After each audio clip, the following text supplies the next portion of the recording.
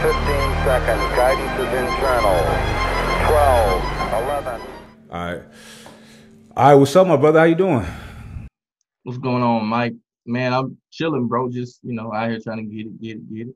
I won't say, man, before we get started, man, but I used to be I won't say used to be, but when I was in the gym, it was the Mike Rashid Okay. videos that was very encouraging, man. Back in my power bodybuilding days, because I was like you, man. I didn't want to be a bodybuilder, and Right. I really didn't want to go to the powerlifting either. But I Yeah. kind of mixed them up, kind of how you did it, man. And I was a beast, bro. Right now I got a little covering on over everything, just a little bit. But How's the weather where you live at? it's about what 72. I feel like I have a theory that when you live more inland, away from the coast, you don't care as much. You know what I'm saying? Fit what? Because out here, like I used to live in Miami. I'm from New York, but I used to live in Miami. I lived in Arizona, and here places that I noticed where the weather is good all year round. People feel you want to be in shape. You know what I'm saying? Sunshine. You're just in a better mood. You know what I'm saying? So I feel like when it get pretty cold where you at in the winter. Um, it get pretty well when it gets cold. It get cold, but it don't stay cold long because then we in the south, so Okay. yeah, it don't get cold long.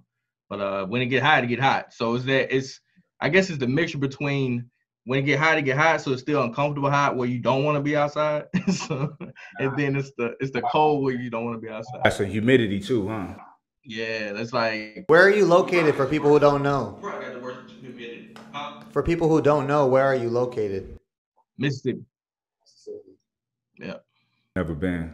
That's dope. But look, let's get into it, man. Like, so I started following you. I seen some of your content, and I always approach things objectively. You know what I'm saying?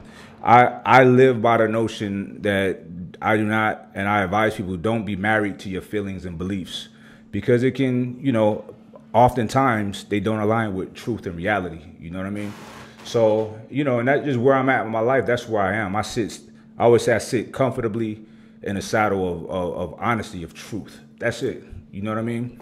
So I listened to to some of your content, and I was compelled to follow you because I found myself listening to a bunch. You know what I'm saying? Some of the stuff I agree with, some I didn't necessarily agree with. Excuse me. But one thing that I did, for those who don't know, my bro, you are a conservative, right? Yeah, more of a conservatarian, but yeah, conservative. What's a conservatarian? It's a conservative with more of the libertarian beliefs. So it's kind of like a mixture of a libertarian and a conservative. Can you explain that? So let's say, for instance, like when it comes to prostitution, right? As conservative, like straight hardcore conservative, like no, you can't be selling your body. Me as a libertarian, I'm like, yeah, I don't care what you do with your body, as long as it's your right to do it. As long as you're not infringing upon somebody else's constitutional rights, then therefore do what you want. So conservatarian have different beliefs when it comes to that. Same thing with drugs and stuff like that. So more conservatives will probably be like, no, we don't want to legalize everything. I'm like, whatever it is, what it is. So those type of things where you kind of see the lean towards libertarian versus conservative. My conservative values lean more socially, far as like, the traditional nuclear family, those type of things, and making sure that we keep, church and, everything else alive. So, yeah. Right. When you say keep church alive, do you find there's a movement to get rid of the church?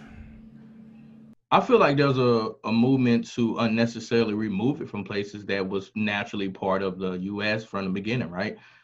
Even when we talk about like when we removed prayer from school was naturally part. No one ever thought, as far as we go back, there was an issue with praying in school until we got into the latter years, and then depending on the Supreme Court justices how they interpret the law, because once again the whole separation of church and state had nothing to do with like what we think about it, right? As far as people praying and voting based on their beliefs, that's not what it meant. They was talking about back with the Church of England and how we was dealing with them.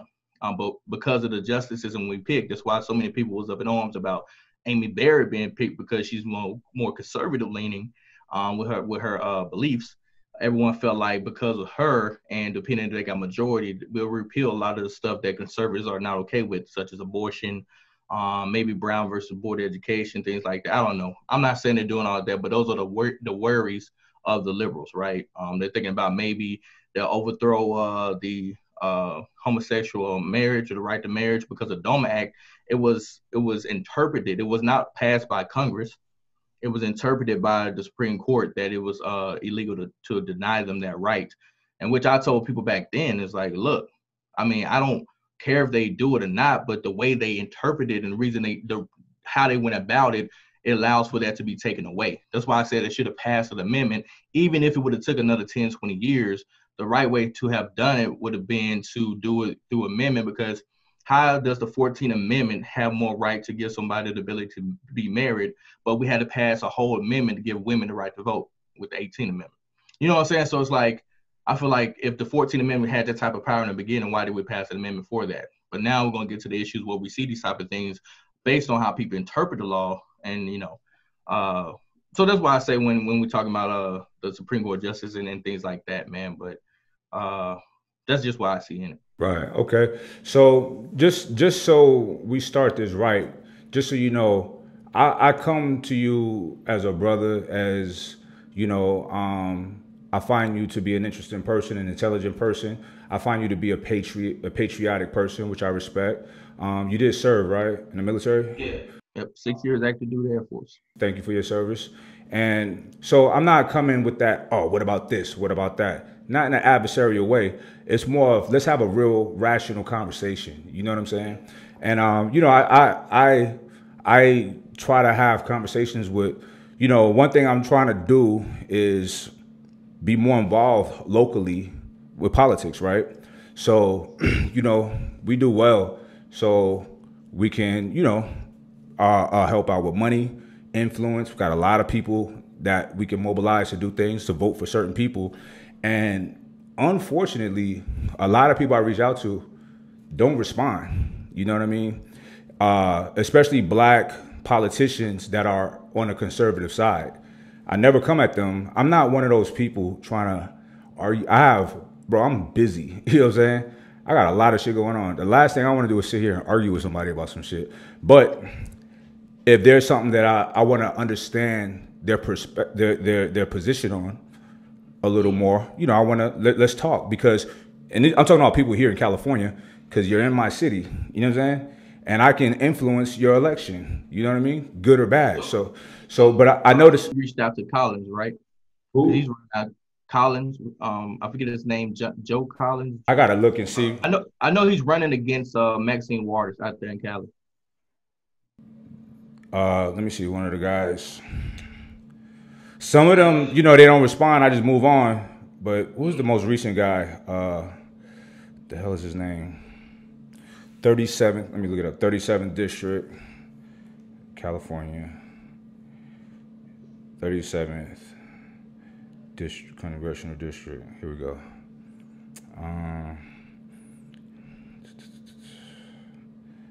Man, I don't want to waste time trying to look.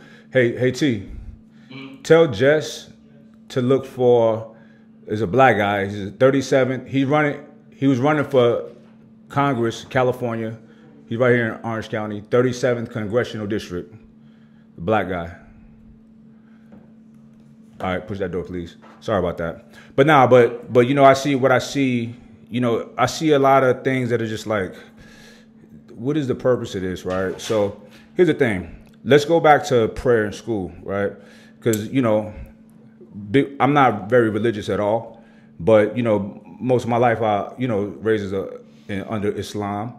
And there's no prayers for us in school. You know what I'm saying? So it was always uncomfortable, for me. And I know a lot of people like that. I know that in the United States, there's a very large population of Muslims, right? Yeah. But you don't see them anywhere. When I start traveling the world, especially English-speaking countries, Australia, United Kingdom, you see Muslims everywhere, just like you see Christians everywhere. And I was like, oh, I get it. People are afraid. And I lived in the Middle East for a while, because my sister lives out there. I just spent some time with her. And I see there's a lot of Westerners that move to the Middle East for their faith. You know what I'm saying? And they move, especially from here, because they feel like they can't practice freely here, their religion. So they go, you know, whether it be the UAE or Oman or wherever, right? So you have a bunch of people that do feel excluded, you know what I mean? And also, from my understanding, the readings that I've done, a lot of the founding fathers were agnostic, right? Or atheists. Some were like, there's no God. Some was like, yo, I don't fucking know, right? Right. But they wrote, they were very direct about separating church from state. You know what I mean? That was a big thing. However, the rhetoric is this is a Christian nation. You know what I'm saying? And I'm like, yeah, but it's not supposed to be. You know what I mean? And that's not to say it's supposed to be something else. But that does kind of alienate a lot of people off top when it's positioned that way. Does that make sense? Mm-hmm. Yeah, I know exactly what you're talking about. Yeah. Yeah, I guess. Well, you know, if we go back to the Bill of Rights and everything else, and when they say that, you know, these inalienable rights are endowed to us by a creator, it's hard to even. You got to acknowledge that they had to have some type of idea of God, of an objective being to allow these laws to come in place. Otherwise, why would they say that, right? Even if you are being agnostic, right? Agnostic isn't someone that doesn't, they just don't believe, you know, it's not that they don't believe there's no God, they're just whatever, you know what I'm saying? It's like, cool. Atheist means that I truly believe there's no God, right? So that's full belief there. So I won't say that agnostics just didn't understand it, just they just probably didn't have enough faith to go ahead and make that leap. I don't know what it is. All we can go based on is what they wrote. And so based on what they wrote, there was some type of significance in the belief that God, you know, was here and he gave us these rights to believe and have these certain things. But go ahead. Yeah, I follow you on that 100%. But that still keeps church and religion out of politics, out of the state. You know what I'm saying? So they are acknowledging, our creator, we all have these rights. So because God is not synonymous to Christianity or Judaism or Islam or whatever, you know, everyone believes in God, but which institution, which team, which religion that you actually align with was supposed to be kept out of the conversation so people can feel free and comfortable to practice what they're raised on or what they attach themselves to. Yeah, so a lot of that, just give a little background, a lot of the prayer taken out of school happened when we started to publicly fund schools from the federal government. So before then, you know, it was mostly ran by the local cities and things like that. When the government took over the Department of Education and everything else and they got involved, that's when all these crazy rules came into place. So that's why I always tell people that I'm very pro-limited government, because anytime they get involved, we see a lot of crazy policies that come across the board that typically don't reflect the people in the area, because the federal government wants to make us almost like a monolithic people, right? It's like everybody this and that, but it doesn't work because we're 50 states. You know, $1 in Mississippi is not the same in California. So therefore, you can't say minimum wage should be $15 because that's going to break the bank in Mississippi, but that's barely scratching the surface in California. So it's like, that's why I hate the fact that we have the government so big right now. And as a conservative, one of the main things we want to do is bring that down to smaller levels. And that's why things like Roe versus Wade and those things are not just because we think it's morally wrong to abort babies, but it's an overreach we feel of the government's power, if that makes sense. I follow you on that, you know. And, the Roe v. Wade, I haven't landed anywhere on that yet. You know what I mean? It's too much nuance for me to say this is how it should be or this is how it shouldn't be. You know, and I respect people's personal situations and whatever they got going on in their lives. So maybe, what do you feel about this?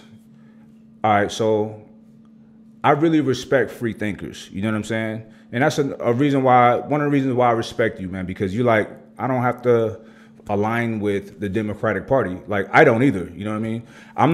I don't align with any party, for one, but I damn sure don't align with the Democratic Party, Joe Biden, Kamala Harris, or fucking, to be honest, the first person I voted for was Obama. And that's because he's black, right?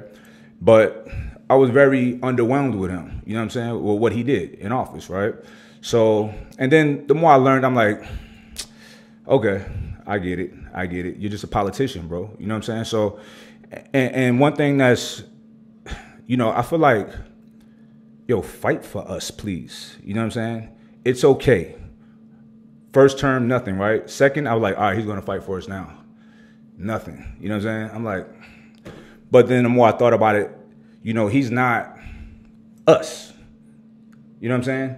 You know, his father is from Africa. He's not a descendant of slaves. You know what I'm saying? His struggle is not the same. It is what it is. Just because we look alike, we're not the same. You know what I'm saying? So that's not as important to him, obviously, right?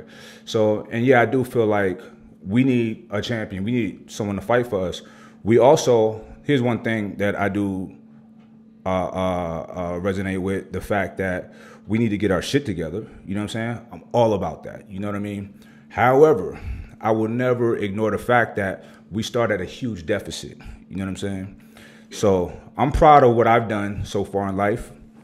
But I think about, damn, what if I didn't have the deficit that I started out with? You know what I'm saying?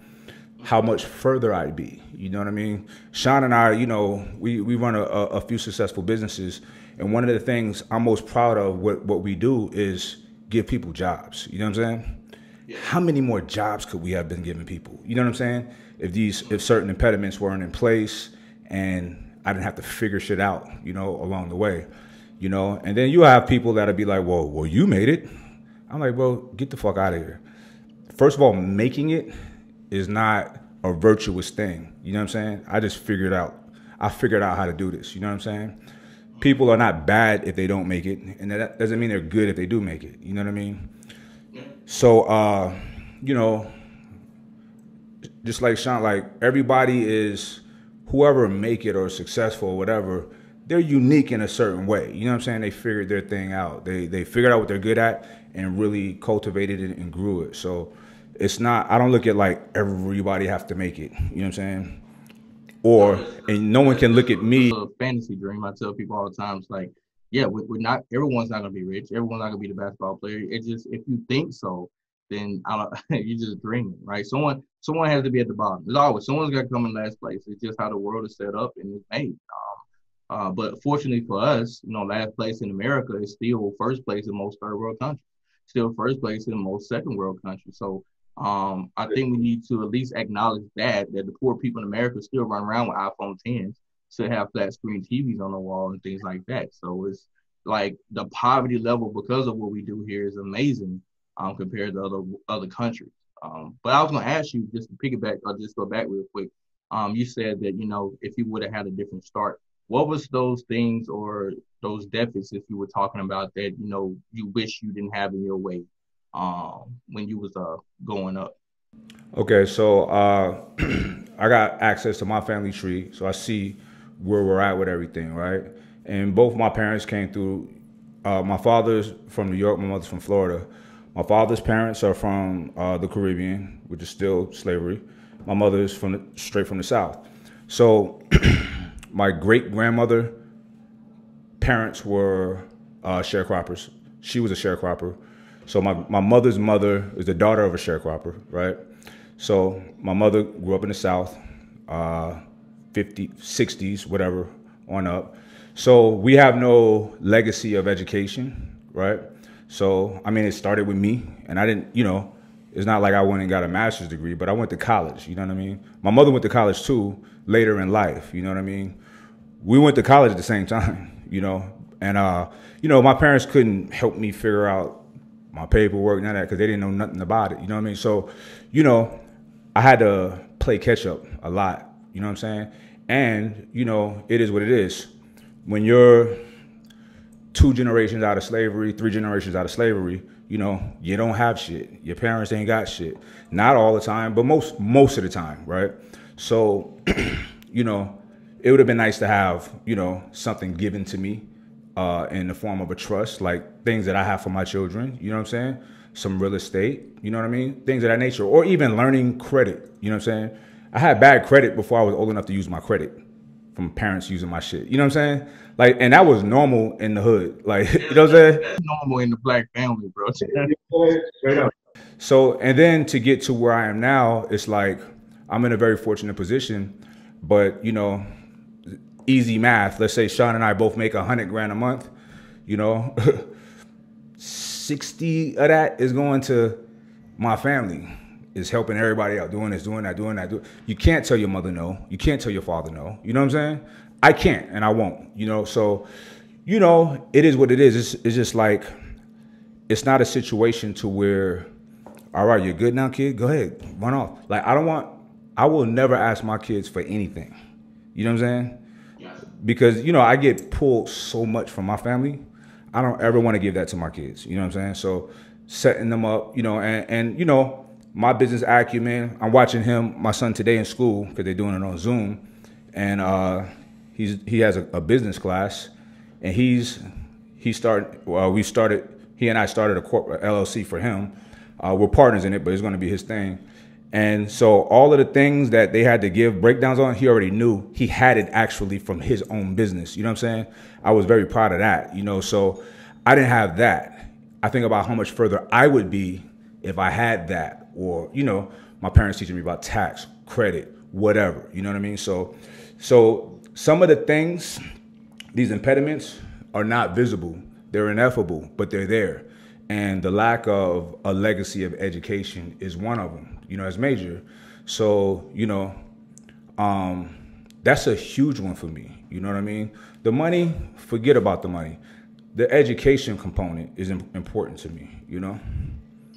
I think I have like a little bit of a perspective as someone who's a third party, but also from an immigrant family. Both my parents moved here from Iran. So, you know, I'm the first generation to be born here, but there's just something to this that I believe is true, which is like pretty much right now we're seeing the maturing and the becoming old of the first generation of black people in this country who had at least a shot to do it right, like past the 70s, where they could actually literally have a fair chance. So the 80s becoming the first time, if you even believe that, if it wasn't like a little bit later than that. So putting aside the passing of laws and really pushing for equality, this is the first generation that's grown up. Now Mike is a product of that generation, to where that generation, they got thrown into the ability to possibly do it right. Mike's generation learned from a generation that didn't know how to do it yet, didn't have these tools or educations to make the right decisions, to where I agree, a black man can. I'm right next to one, and we have several other friends who are black men in America doing amazing, but the line that you had to walk to get there was very narrow, and it didn't allow much room for error. Whereas, you know, other folks might have had a lot more things guiding them towards that path and a lot less things pulling them off the path. So it was harder. I think the generation now, the generation that is Mike's son's age, they have a really amazing opportunity to solidify this legacy of black people really being successful in the United States and building this heritage and culture. But that was something only time could provide, because so much time was taken through slavery and through injustices and inequalities and lawmaking. But we're just there now, like, and it's tough. It's tough to sit here and act like that didn't happen. Yeah. No, that was good, man. I know you was from Iran, man. That's what's up. When I was in the military, my language is Hebrew, so. Yeah, man. I agree. I also say this too. We can't ignore that the other races that go through the same issues, right? Right now, what we've only acknowledged was the fact that the previous generations didn't have access to education. There's a lot of white people didn't have access to education. There's a lot of Asians that probably didn't have access to education, even with my generation and my mother's generation. Because my mom was 64. How old was your mom, Mike? She about 60, around the same, 61, 62, something like that. Yeah, so I'm pretty much the same generation with you. I was born late into the family, and my mom, she didn't really have an education either, right? So when I come from a small town, Kilmarnock, Mississippi, graduation class 22 people. You know what I'm saying? Just completely poor, nothing going on. Didn't have a band. We didn't have any art program like that. All we had was football and basketball, and I played both sides of the field. You know what I'm saying? So I was defense, you know, special teams and everything. So when people talk to me about the challenges they have, I always think, man, look, there was white people going to school with me. You know what I'm saying? It wasn't just me. So I can look across the board and be like, okay, They went through the same thing I went through, and they got out of it or they didn't get out of it. But I can look back and be like, because when I joined the military is when I really saw that it's not about how much, it's not really about your upbringing. It's really more about what you have in you. All right. It's like, because when I went to the military and they said, your job is going to be a language analyst. You talking to a guy who grew up in Mississippi with Mississippi drawl and everything, horrible education, and I'm going to go learn a whole new language in a year and be successful. You could never have sold me that dream. But I went there and I was at the top of my class and everything. So it showed me that I had the potential when I put in the work, because this is what I did. I didn't go off base and party like everybody. You know what I'm saying? I stayed in my room. I studied. I talked to my wife at the time, and my fiance at the time, which is my wife now. But I stayed on the phone with her for the most of the time. And I just, when it came to paying attention in class, I paid attention in class. I didn't do anything that I thought was illegal. You know what I'm saying? I try to make sure that I stay within the rams. And when I did that, I ended up being super successful. And then when I went from that, I went to my next job. I went officially into the Air Force, went to my next base. I did the same thing, And the whole point of that is it's a lot of things that you would never have imagined, like me having this conversation with you, or the things I've been able to achieve just from me just giving my perspective and breaking down news so people can digest it on a daily basis. I never would have thought I would have been in that position given how I grew up, right? The single parent household, abuse, alcoholism, grandparents next door, literally working on farms and stuff because that's how, how small we were. You could never have said anything to me, but when I see people, and I do acknowledge, right? I'm not denying that we had challenges growing up back in the day, right?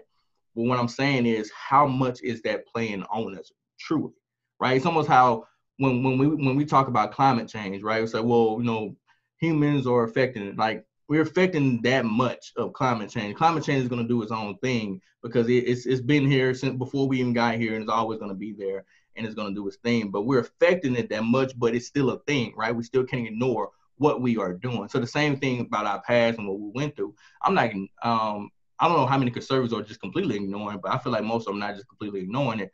We just don't give it so much power. And I think a lot of that comes from my faith at least, is like, I believe that God, is the provider of everything I have. I truly believe that if it's for me, there's nothing you can do, Mike. I don't care what you say about me or Sean. You can't counsel me. You know what I'm saying? So I'm going to be successful because I truly believe the words of my mouth that I speak are going to come to life. So I don't really have the same mindset as others. And I feel like oftentimes when I look at people, even though they might not have Christian faith or anything, they still possess those same similar traits that I can do this, that I'm going to overcome, that, as C.T. Fletcher would say, the mental fortitude. They possess that mental fortitude that allows them to just, stand up and be like, look, I don't care what's happening. I'm going to be this awesome person. I'm going to do better for my child. And like you said, man, I got 2 kids, and the only thing that went through my head when I was growing up and as an adult is I'm going to make sure I have a better life for my kids. That's it. I'm going to make sure I put them ahead. And so that's where we see these things where we count off as white privilege to me sometimes is just, two-parent household privilege, right? Or education privilege, or being educated, right? There's nothing stopping Black people from being educated. Matter of fact, Trump permanently funded HBCUs now. So it's like we have the ability to go to school. We get most of the Pell Grants. There's so many things that are giving us the chances to go. But I feel like me and you both agree on that we don't really take advantage of it as if our, forefathers would have done back in the day. Because, they sold shoes, or they would go to school without shoes just so they could buy books to go to school. Right. All right. So let me touch on something you said. Like when you grew up, it was small town, it was white kids in the same situation, right? So, but here's the thing though. So I done been in towns like where you from, like part of my family from Sanford, Sanford, Florida, which is deep, deep south, you know what I'm saying? So I seen all of that, big city stuff too. And like even where I live now, I live in Orange County. And here's the reality of it. Like I have a lot of friends that I've met over the past 7, 8 years who I'm their first Black friend, right? And it is what it is. The country is very segregated still. But here's the thing. There's cities that there's really no Black people. Like where I live at, it's such an amazing school district, right? These public schools are outdoing private schools, right? but there's no black people. See, there's a lot of black people. We're what, 13% of the population, right? And typically we're in situations like where you're from or where I was from in Brooklyn or, you know, these little pockets, really real dense. Because black people always think it's a lot of black people. I'm like, nah, because you're around black people. It's not. You know what I'm saying? It's so not. So there's places, bro, where there's no black people nowhere in sight. So all of these, like, and I'm big on my neighborhood because I'm like, I like to network with people too. You know what I'm saying? You know, we be at the gym, at the sauna, man, business ideas, talking, this guy does this, he owns that, we own this, oh, we can exchange numbers, meet at the office. It's so much opportunity and so much, it's kind of like a fraternity, you know what I'm saying? Or a secret society, a Masonic lodge, and, you know, everybody have their connections and their brotherhood. Living in these areas is like that, you know what I'm saying? So you have access to things and people, like I have access to politicians, you know what I'm saying? So it's like, growing up, you think that shit is so far removed from reality, you know what I'm saying? So, but my son doesn't think that, but he lives in a place where there's typically no black people, you know what I'm saying? See, my son, there's nothing that he can't do in his mind, you know what I'm saying? He's taking he signed up for this coding class, and his thing is the richest people in the world are engineers and coders, mathematicians. That's what I'm going to do, you know what I'm saying? Because his vision is on being one of in that top 10, being a billionaire. You know what I'm saying? That wasn't a realistic reality or concept for most of us, right? Now, yeah, there is a lot of other people in that situation, but I'm just speaking on my experience. You know what I'm saying? And I tell people all the time, I stand shoulder to shoulder with anybody that's fighting for something what they feel is right. You know what I'm saying? Doesn't matter. But I got to do for self first, you know what I'm saying? And for people that look like me, because I got family members. Listen, I remember when a little black kid got shot for having a BB gun. I had to sit my sons down. We just got BB guns, bro. They were so excited. I loved when I had my BB gun back in the day. I said, I'm sorry, guys, I gotta take this. I know it's not right, but I don't want you to die. You know what I'm saying? Little simple shit like that. You know, with the Ahmaud Arbery situation. I had to really consider, should I be letting Elijah jog out here? You know what I'm saying? And lo and behold, last week, him and his buddy riding a bike. This is big Trump town right here where we're at, right? They're riding their bikes. They're kids, bro. He said the dude sped up behind him till he had to get up on the sidewalk, honked his horn and he called me a nigger. He said nigga. He didn't want to really say it. He said with the hard R. You know what I'm saying? I'm like, bro, I was like, I'm coming out. You know what I'm saying? I want to be out there. You know what I'm saying? Yeah, it just happened. So it's like, shit is real. You know what I'm saying? It's real. And it's a lot of, like, all right, let's go to Trump, right? Listen, I'm not big on politics by any means. You know what I'm saying? I'm busy with all my other things. And with the presidents, I feel like during my adult life, they have very little impact on my life. You know what I'm saying? So I just usually don't give a fuck. You know what I'm saying? So the more I just looked into what these guys have done, their records, this, that, and the third, I can't say I'm really that mad at Trump. You know what I'm saying? So, but what is a thing, is a real thing, I see it. It is very obvious, especially living out here. It's like some of the people that follow Trump, some of the people, I have no problem. I would be a fucking bigot if I said, you're a piece of shit for following Trump. You know what I'm saying? That's the goofiest shit to say ever. So I would never say that. And I'm not 100% mad at him. You know what I'm saying? So we can get into that later, but cause I know a lot of black people watching right now is, what the fuck? You know what I'm saying? But I can explain very rationally why I'm not mad at him. But anyway, a lot of the people that do rock the MAGA hat, rock the Trump 2020, they're on some other shit. You know what I'm saying?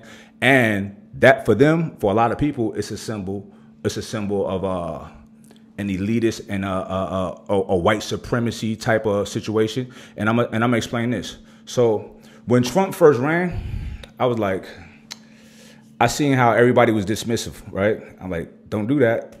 Don't do that, right? So, and then he won. I'm like, doesn't surprise me. You know what I'm saying? I'm not even looking at it from a political standpoint. I'm looking at it as a winner. You know what I'm saying? Somebody who's a fucking winner, right? And I respected that shit. Then I start, I pay attention to everything, and I'm like, why'd you say that? Okay, why didn't you do it? Whatever. So I'm like, okay, I get it. He's doing what he needs to do to win, right? So during the Richard Nixon administration, they had a thing to where they had to go after the religious, the Catholics in the Northeast. That's when abortion became a big ticket item for the Republican Party, and also the racists in the South, because neither group had a political home, and those are a lot of people. That's a lot of votes. So he went ahead and made that a thing, because that wasn't a thing for the Republican Party prior to him. So, and every president after that on the right side had done the same thing, kind of pandered to them, whatever, in subtle ways to where they get it. You know what I'm saying? Dog whistle. Nobody's saying like, "Hey, niggers," you know what I'm saying? But they have their little buzzwords that the right people know what they're talking about. You know what I'm saying? So I'm like, all right, because I was defending Trump, like, he's not racist. He has to get those groups. He's trying to win. You know what I'm saying? He's trying to maintain. So yeah, I mean the religious, whatever, because I'm a realist, right? And just like this, in the same way that I say that I don't necessarily think Trump's a racist, and I do think that he's done more for black people than Obama, as far as actual policy. But at the same time, he's fucking playing y'all when he's trying to read Bible scriptures and shit like that. He don't give a fuck about that either. You know what I'm saying? Like, this is just, he's playing a politic game. You know what I'm saying? Yeah, so, when he said 2 Timothy, I said, bro, you've never been to church, have you? I was like, don't do that, bro. You ain't got to do that. They with you. You know what I'm saying? So, but just like, I'm gonna put it like this. I'm like, when not Biden, but Pelosi and all of them, they wore the fucking Kunta Kinte scarves and took the knee. I'm like, yeah, why is nobody talking about this, right? But Trump does the same thing to the racist people and to the religious people. You know what I'm saying? He does the same fucking thing. You know what I'm saying? So everybody, every political side, they got to get their groups. You know what I'm saying? I happen to be black, so I don't appreciate you pandering to me. You know what I'm saying? So I don't want it. It's not necessary. I don't even care. I don't care. Like, I do feel there's a lot of old white people that's racist or got a little racism in their blood. It's normal because when they were young, that was the norm. You know what I'm saying? So I don't care. But I care about these laws and these policies. You know what I'm saying? Being fair. That's all I care about. I don't give a fuck about racism, bro. Like, that shit don't bother me at all. I do care about people getting treated fairly, though. You know what I'm saying? You have the right to not like whatever race. It means nothing. Because here's the thing. I was just in Utah not long ago and had an amazing time. Had a conversation with a dude. We talking. And then politics start. Whenever I'm usually one of the only black people around, so they're dancing around things until they can try to get that conversation going. Then we go into it, and I always give. I don't give the what they're expecting. You know what I'm saying? Everything that I speak about, some of the things I don't know, so I'm like, yeah, I don't really know too much on that. You know what I'm saying? So I'm not gonna get too much into that. But the things that I do speak about, I've done some research, or I'll Google it right there, and just so I know what I'm talking about. You know what I'm saying? And I never cite any source that's politically biased. I don't do that, right? So this guy was like, man, I'm explaining some of our issues, and he's like, I just didn't look at it like that. You're right. He says, I can't lie to you. He was like, probably about a little younger than me, but he was like, I was raised racist. Like, it wasn't my fault. That was my parents. I was like, I get it, bro. Like, it is what it is. Anyway, at the end of the conversation, shaking it out, hugging it out. He want to exchange numbers. Racism don't stand up face to face. You know what I'm saying? But here's the thing. When I see white people channeling their anger or their dissatisfaction with us, the representatives that they're using is not us all the time. You know what I'm saying? I'm a rational, intelligent black man, business owner. I've been through a lot of shit in life and overcame a lot. You know what I'm saying? I don't see me out there. You know what I'm saying? And I don't even see you out there, bro. But I see Hodge twins. I see people that are black. See, this is a difference between you and them, right? And some other people I've seen. You mean these things. You're a solid human being, bro. Those guys, I know their whole shit. You know what I'm saying? The comedy didn't work. The fitness didn't work. This works. Being a black person and being vocal against black issues is very attractive to racist people. And not even racist people. It's attractive to, white people that don't want to hear that shit because it's uncomfortable to hear. You know what I'm saying? You have no idea when all of this shit was going on. I was going out to the protest, and I was going out to make sure, me and my guys was out there, to run off motherfuckers that was looting. You know what I'm saying? Or try to stop that shit because I didn't want the conversation hijacked by some assholes. You know what I'm saying? So anyway, people looking at me like, oh, what the fuck? Everybody's just hot and angry and emotional. So many white people were sending me videos of blacks saying really goofy shit against blacks. Like, see? I'm like, what are you doing? Like, if someone's pain you don't relate to or understand, you don't have to speak on it. It's fine. But don't speak against it. I would never do that. I would never be like, man, so it ain't that bad. How would I wouldn't say that. I don't know. You know what I'm saying? I don't have that experience. But yeah, a lot of people, they feel comfortable when these kind of blacks are getting loud and and a lot of the shit, I never seen you posting some of the shit that I see these people posting, like really low level intellect and these points they're trying to make that's not even a point. And one thing that really is strange to me, bro, is a lot of these people, I'm like, yo, be conservative, be a Republican if that's your thing. But being a Republican doesn't mean shitting on every black issue or every cry that a black person has or complaint. You know what I'm saying? Because that's what I see a lot. And it's like, why are you speaking on that? Let's talk about a Republican agenda. You know what I'm saying? Let's talk about what the president is doing. You know what I'm saying? I haven't seen any of that kind of shit. You know what I'm saying? I just see, but George Floyd, but he did this, or but Ahmaud Arbery, but he did this, but all of these buts, right? And it's like, yo, you would not be having that conversation if that was your cousin, if that was your kinfolk in that situation. You know what I'm saying? He could be a bad person. He deserve to die. You know what I'm saying? Shit like that. So it's like a lot of these people, they're getting, I know their gang, I know their hustle. Attention, you can start trying to market shit, make money, whatever.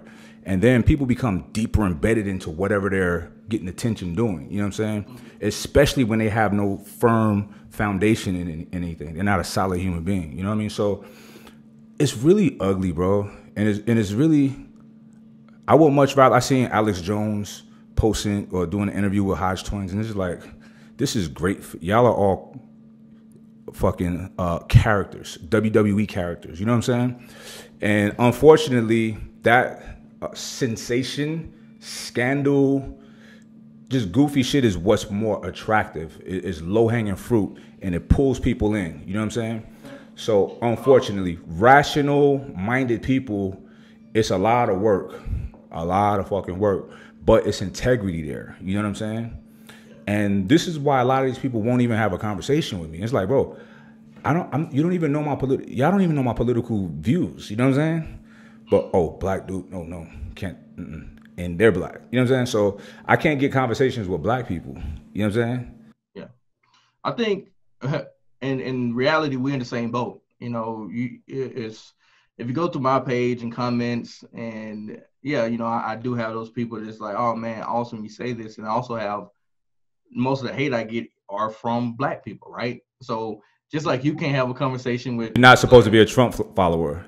You can't. You know what I'm saying? According to black people. Yeah, I get it. So I can't have a conversation with black people that oppose me because they don't want to, right? They feel like that cognitive dissonance is going to kick in. And if I tell them anything, if I tell them they're not oppressed, right? I say, look, I mean, something bad may have happened to you. I always tell people, having a victim mentality and being a victim are two different things. Being a victim means that you had something bad happen to you, but victim mentality means that you're gonna let that bad thing dictate the rest of your life.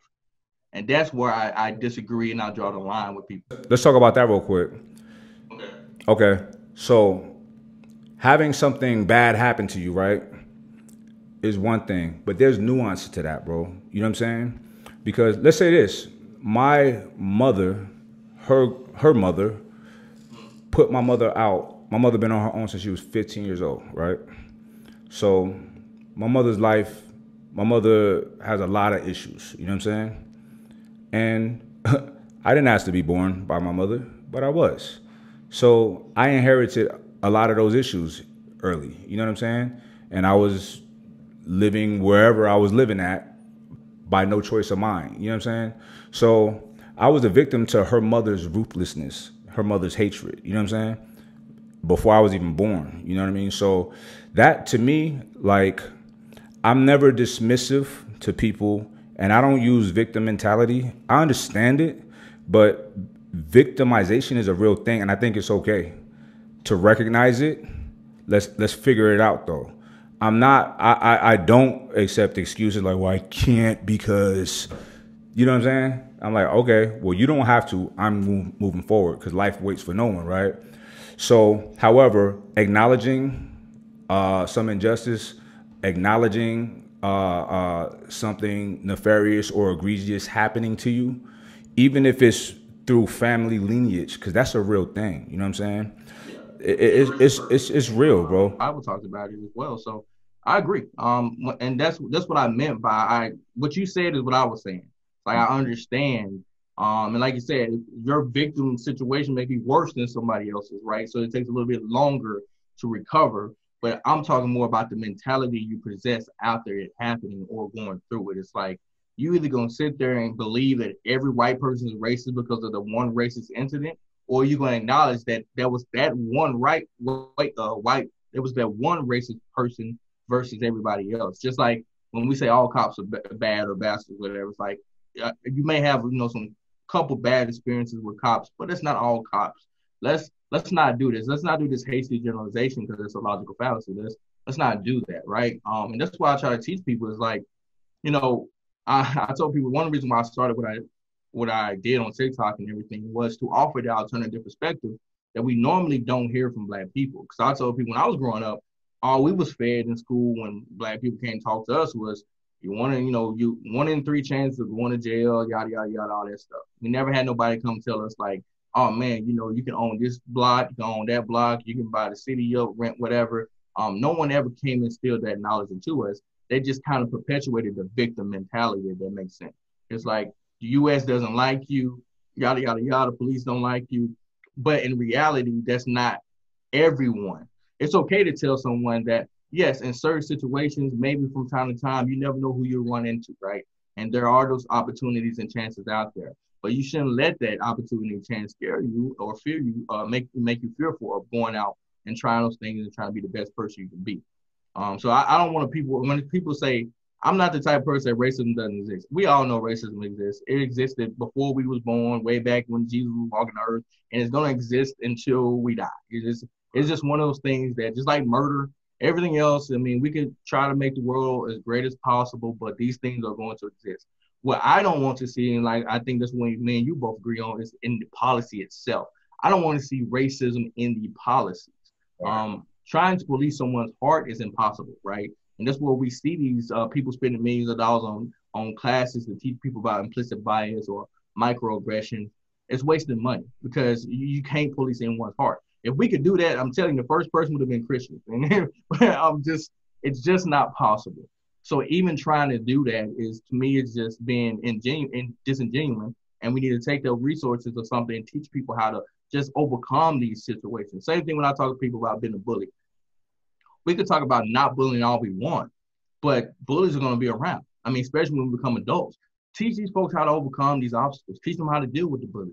You know what I'm saying? So spend more time with that, because if you empower them, because it's almost like, what good does it help for me to avoid a fight, but when the fight actually happens, I lose because I just never prepared when the fight was supposed to happen.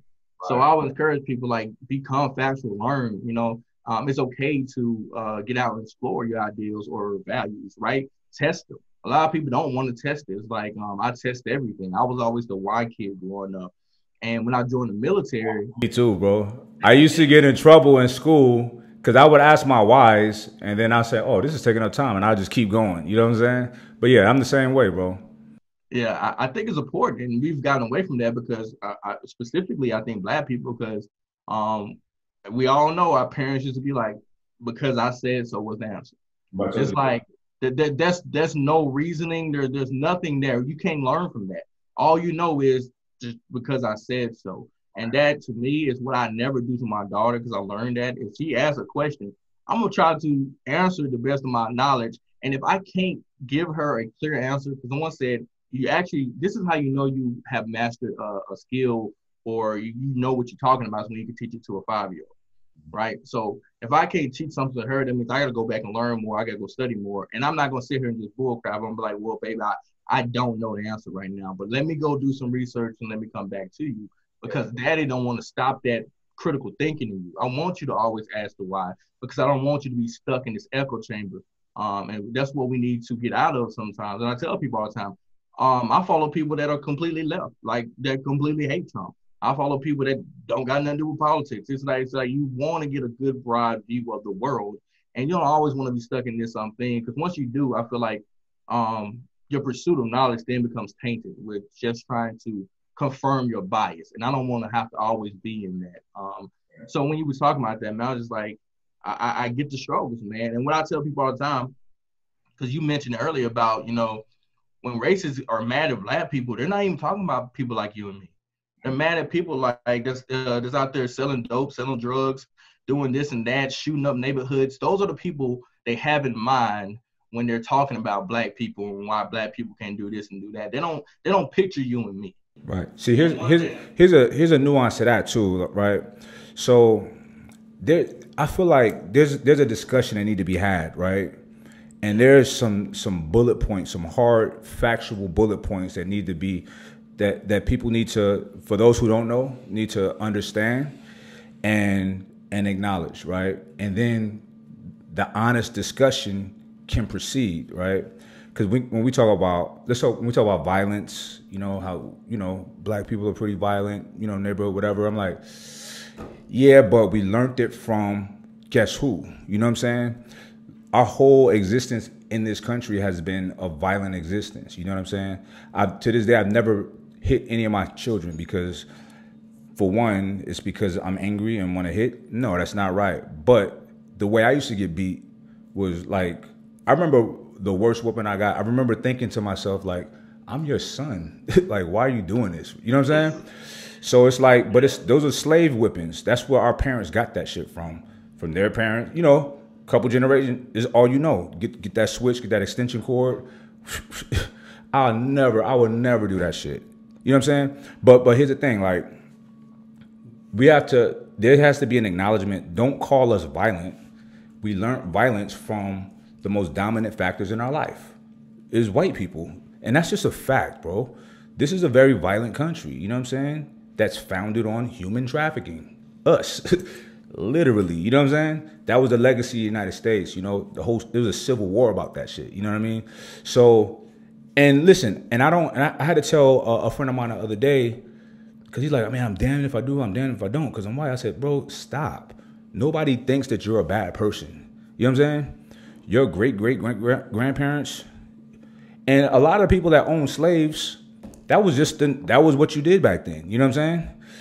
So I'm not saying, oh yeah, everybody get a pass, but also let's not act like that shit didn't happen. That completely, we were eradicated, right?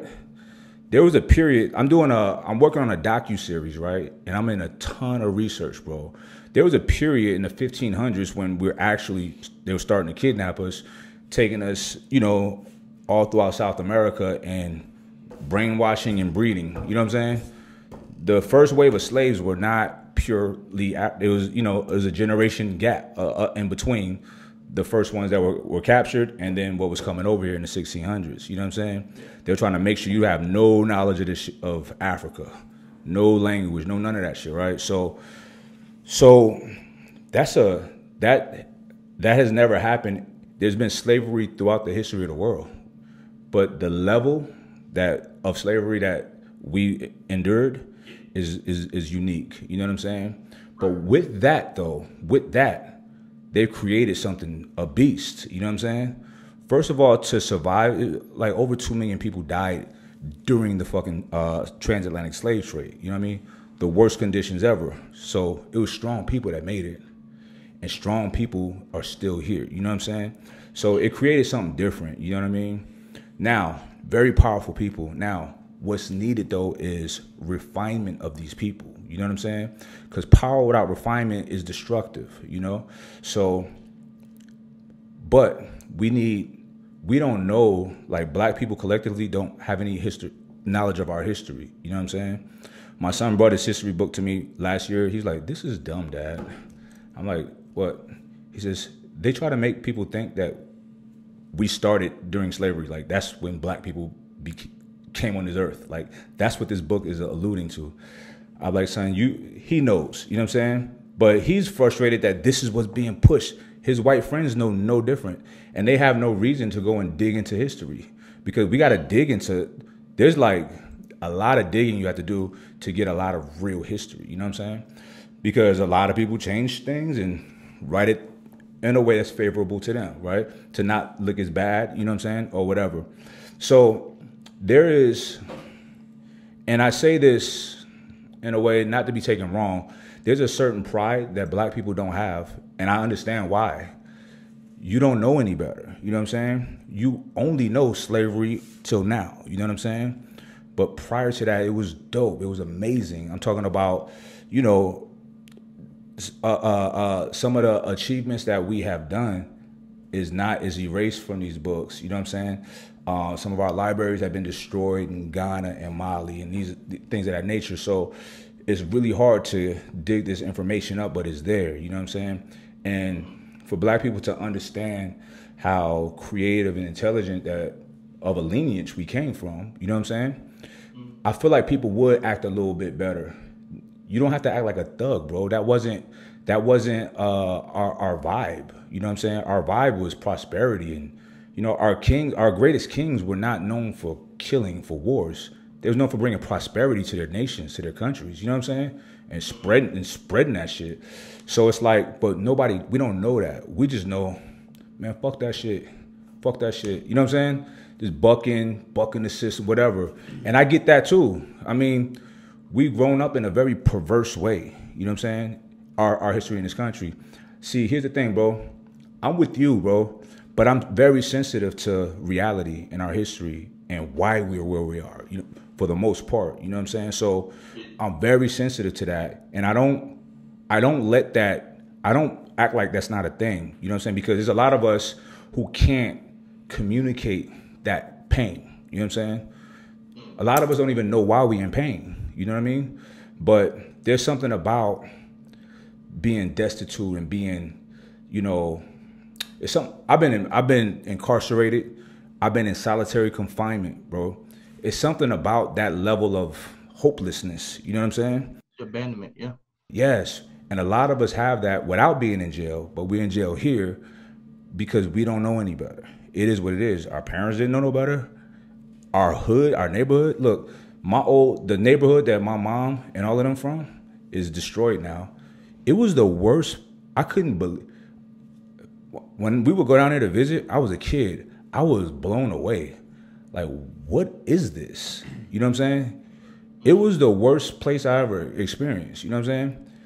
The legacy in that area is called Seminole Gardens. They call it Bokeh. The fuck is that? The women would brag about, bitch, my rent ain't but $12. My rent $30. I remember hearing, I sit on my ass and pay my rent. You know what I'm saying?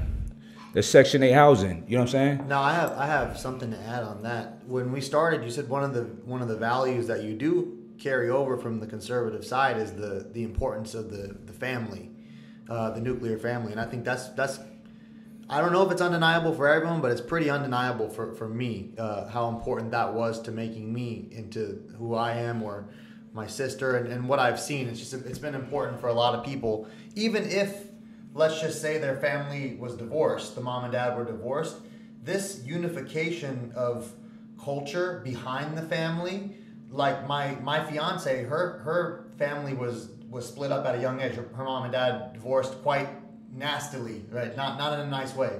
However, the culture that was behind both sides of the family, because both of them were Armenian, the mom and the dad, the culture that was there, even without you realizing it at a young age, it's guiding you on a path of taking certain actions and doing things a certain way. And respect for self. Yeah, and look, I came up at a time that it was not good to be Iranian after September 11th. You know, it was kind of, I was even a little bit, we've talked about this on podcasts. I was put in a position where I was told that it was wrong to be Iranian. It was a bad thing. And I'm a kid, so I'm kind of rolling with that. I'm almost embarrassed to be Iranian. However, my parents weren't.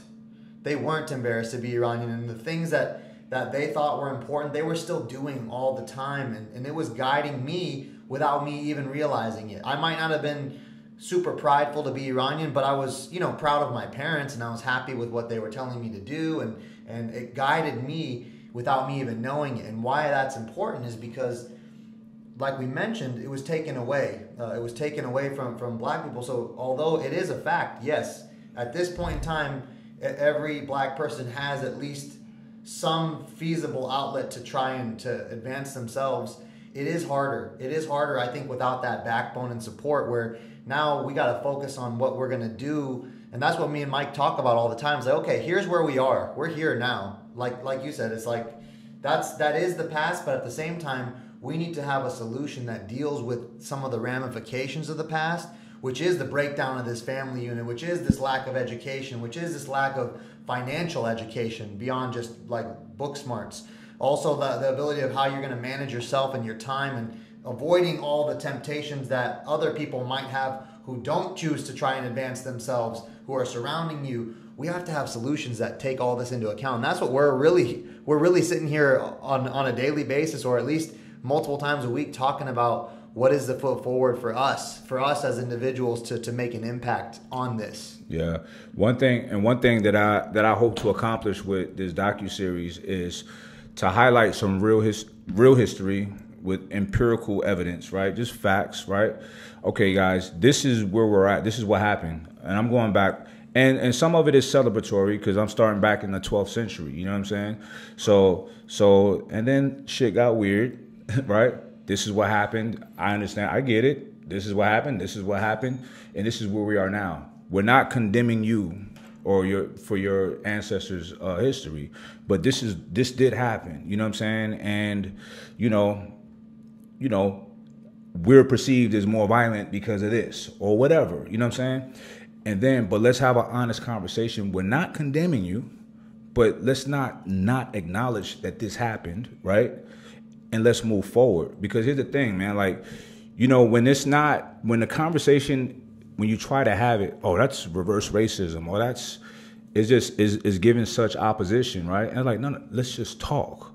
No one wants to have these conversations, but we see things like, we were just talking about Japan. We wiped them off the map, and we came with all the aid in the world. You know what I'm saying? What America does for Israel, we weren't even part of the atrocities that happened in World War II, but they take care of Israel hand over foot to this day. You know what I'm saying? Who else? Yeah, it's a lot of people. And then it's like, what about us? You know what I'm saying? We still here. And we actually, our contributions are vast. You know what I'm saying? I don't like when people say, well, what do you complain? You guys are here now. Like, okay, I understand that. But we don't have to. I'm not one of those people that feel like we need what is it called? Reparations. But don't be shooting down. That's because I'm good. You know what I'm saying? But I don't like when the conversation is shot down because it's valid. It's a valid talking point. You know what I'm saying? It's like there's been reparations for a lot of people who don't have the type of contributions in this country that we have, or was kidnapped and trafficked here. You know what I'm saying? So why can't we have that conversation? You know what I'm saying? I would want y'all to be eager to like, yo, let me fix that, bro. You know what I'm saying? So, and we might be like, nah, thank you though. but let's just move forward. You know what I'm saying? The attitude is very, man, shut that shit up. We don't want to hear that shit because it's uncomfortable. It is what it is. If I did something I'm not supposed to do and somebody's checking me on it, I don't want to hear that shit, but I have to because I'm like, level me up. I'm sorry. You know what I'm saying? But most people are not comfortable with that. You know what I'm saying? Especially of this magnitude. So these conversations, they never happen. Hopefully this docuseries, it will be done in a way to where it's not, see, you did this, you did that, you did this. But it's just stating facts in history in an entertaining way to where we can all see, okay. What do you think we should do? I'm listening. You know what I'm saying? That's what we should do, man. Like, you know, and it's a lot, bro. It's a lot to it. I have a lot of ideas. You know what I'm saying? I've been speaking with some, you know, very powerful people. And, you know, I really feel where I'm at in my life is very important for me to try to do something to make things better here because it's getting bad. It's getting ugly, man. And a lot of times I want to just close myself off to the world. Like, man, fuck it. Y'all kill each other. I don't care. But I don't want to do that. You know what I'm saying? It's like people are hating each other because of their political alliances and or political preferences when they don't even really understand why they're aligning themselves with these particular political parties. It's a fact. Because I'll ask a couple questions and I see they really don't even know why, right? And you want to hear something funny? Like white people that, you know, and I throw the questions out to where it's not adversarial at all when they be giving me all of this shit. I'll be like, they say, well, Candace Owens said, white people always give me her. I'm like, okay, you telling me that because she represents all black people? Like, you feel like that's the representative? You know what I'm saying? So, you know, it's really interesting, man. And and a lot of these people are scapegoats for white people to have these conversations. You know what I'm saying? Oh, send me a video. This happens all the time, bro. You know what I'm saying? And a lot of their points are so invalid. It's really fascinating that they would put this shit out there, you know, but they're not ever talking to someone that can rationally show them truth. You know what I'm saying? I think like you said, we gotta have that. We gotta be able to acknowledge and also move forward. You know what I'm saying? It's like, yeah, man, let's talk about what happened and let's talk about the facts. Let's talk about this. And that's why I'm so big with my platform is a lot of people say, even when they're on the left side, they appreciate my content because it's more like I'm leaving it open to interpretation, right? So it's like, here's what happened. Here's the facts. Now, when I'm big on, if it's my opinion, I will say, this is my opinion. Now, it's okay for you to draw your separate conclusion. Like, all the conservatives jumping down the Rock's, you know, throat because he came out and endorsed Biden and Kamala Harris. And I'm just like, I don't care who he supports. Like, how do you get up there and also be a bigot? It's like, why are we attacking him for that? Like, to me, it's dumb. It's okay for you to have a different opinion. My thing is, only question I would have for Rock is, did you really sit down and talk to both sides? Did you really try to see, did you really challenge yourself? And did you really see which one you align more with? Or did you just go to the first one and say, yep, this is it, and I'm going to go along with it?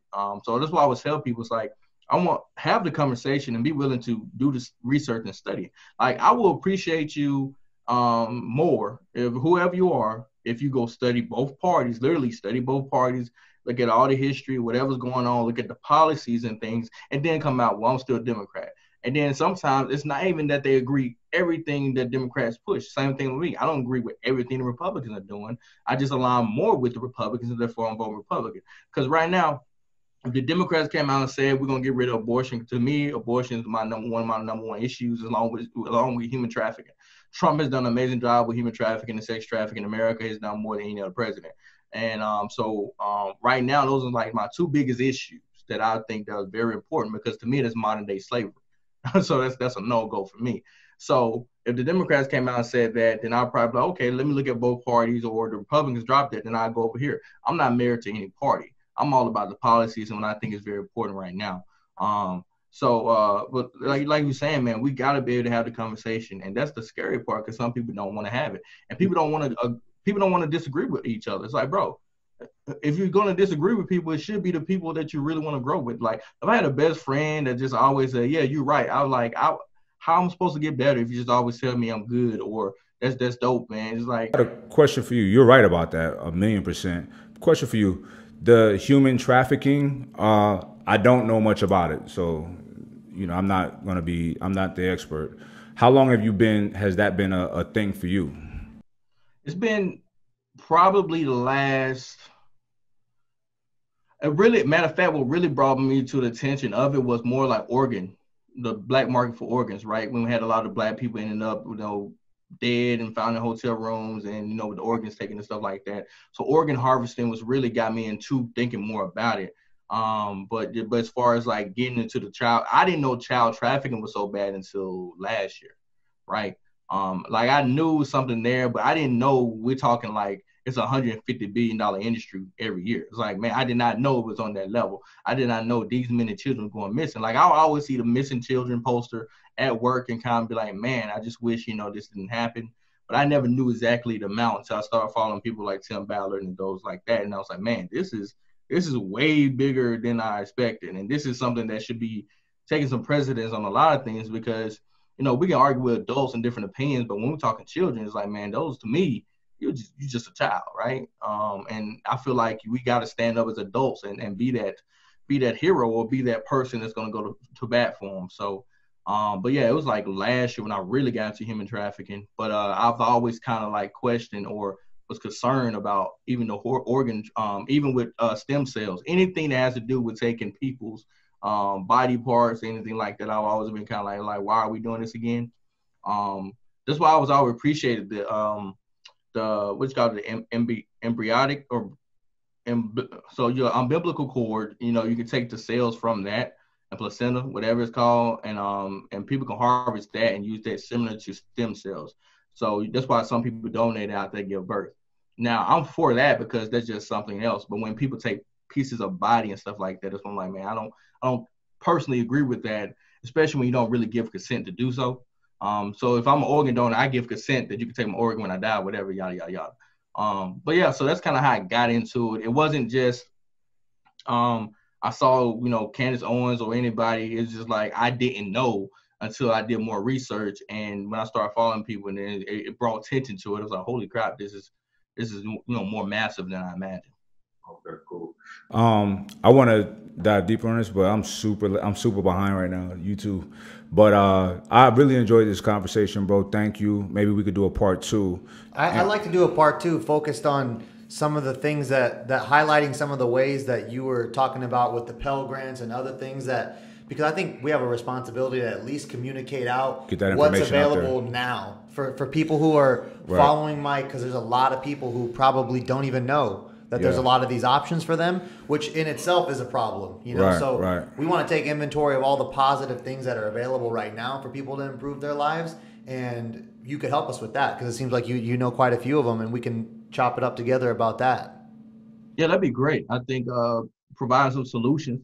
We could talk about the issues all day, but we're not giving solutions. Yeah, we want to do both. We want to do both. We want all the outcomes. Correct. Cool, man.